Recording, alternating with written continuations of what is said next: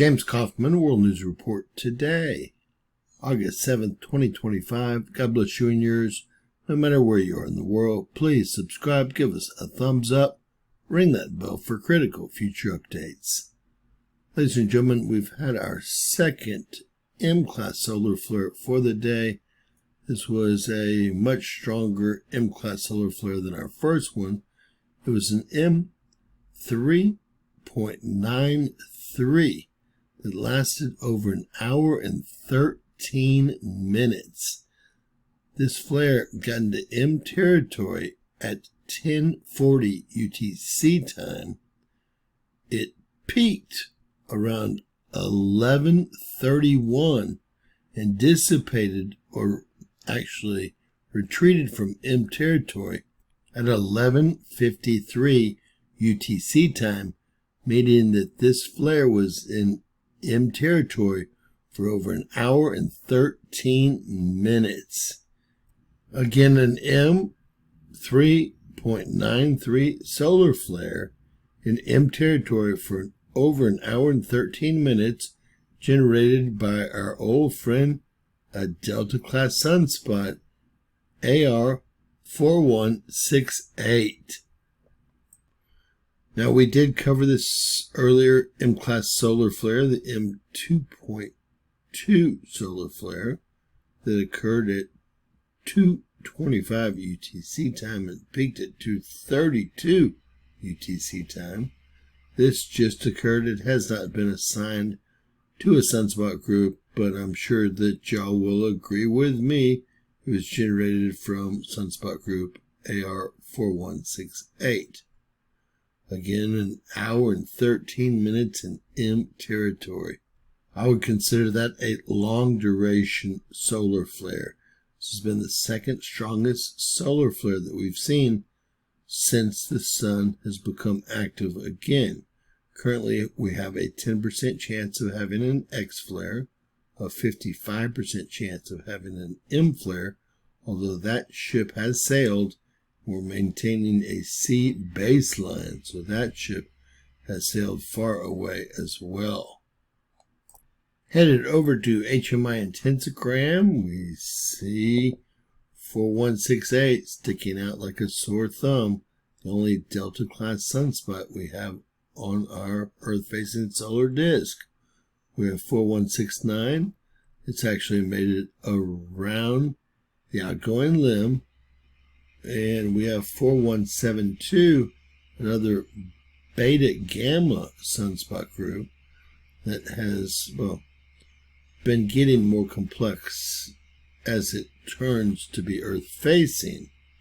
We have an additional 6 simple sunspot groups, including 4161, 4170, 4173, 4174, 4165, that looks like it's becoming more complex, 4169, and 4171. So we have a very, very busy solar disk currently. All right, headed over to GOES 19 solar ultraviolet imager, 195 angstroms. You can see that long-term M flare right here, the M3.92 solar flare. Looks like there's a very good chance it lifted a coronal mass ejection from our sun, although the chances are it won't be geoeffective towards Earth. It looks like it might have missed Earth. Now, we also have this large coronal hole that's completely Earth-facing and will be for several days. So we're expecting an uptick in solar winds. It's going to last, well, more than one day on and off. And we have some complex sunspots both coming around and forming on the Earth side of our sun. All right, taking a look at our X-ray absorption from this last solar flare, the 3.92 solar flare. Most of the X-rays ended up hitting Africa, Western Europe, the Middle East, and parts of the Atlantic.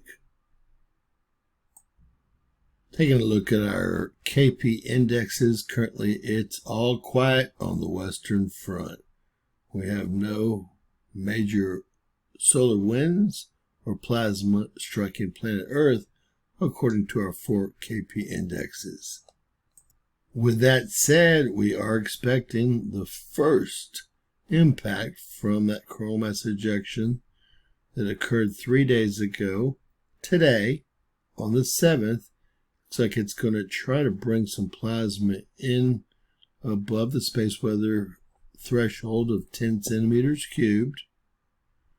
And we also have solar winds joining it for the 1-2 punch that look like they're going to start hitting about midday, which is right about now.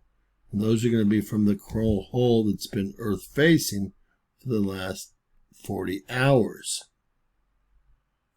Now, when we go try to confirm that with NOAA's KP index breakdown, on that same exact page as our Space Weather Prediction Center, we see that August 7th looks very quiet, and there's no activity until August 8th, where they see a G1 and G2 geomagnetic storm. And that's going to be a combination of the M-class solar flare and associated coronal mass ejection and the solar winds all hitting us near the same point in time. They also have some action on August 9th, as you can see, another G1 geomagnetic storm. It's going to be from either more solar winds or another CME that was generated by one of the other M flares. Now, over real quickly to our GOES X-ray flux. Taking a look at the last 7 days, this is the first M flare we had in over a month's time. And this is the first M flare that they actually modeled with a CME to strike Earth. And that was supposed to happen about 48 hours later, which is coming up very shortly. We're going to see if that does happen. But again, the KP forecast did not indicate that would, although the space weather forecast indicated that we would see the plasma from that solar flare on August 5th. Very confusing, very inconsistent. God bless you guys. Please share, subscribe, and always remember that anything's possible in Bizarro World.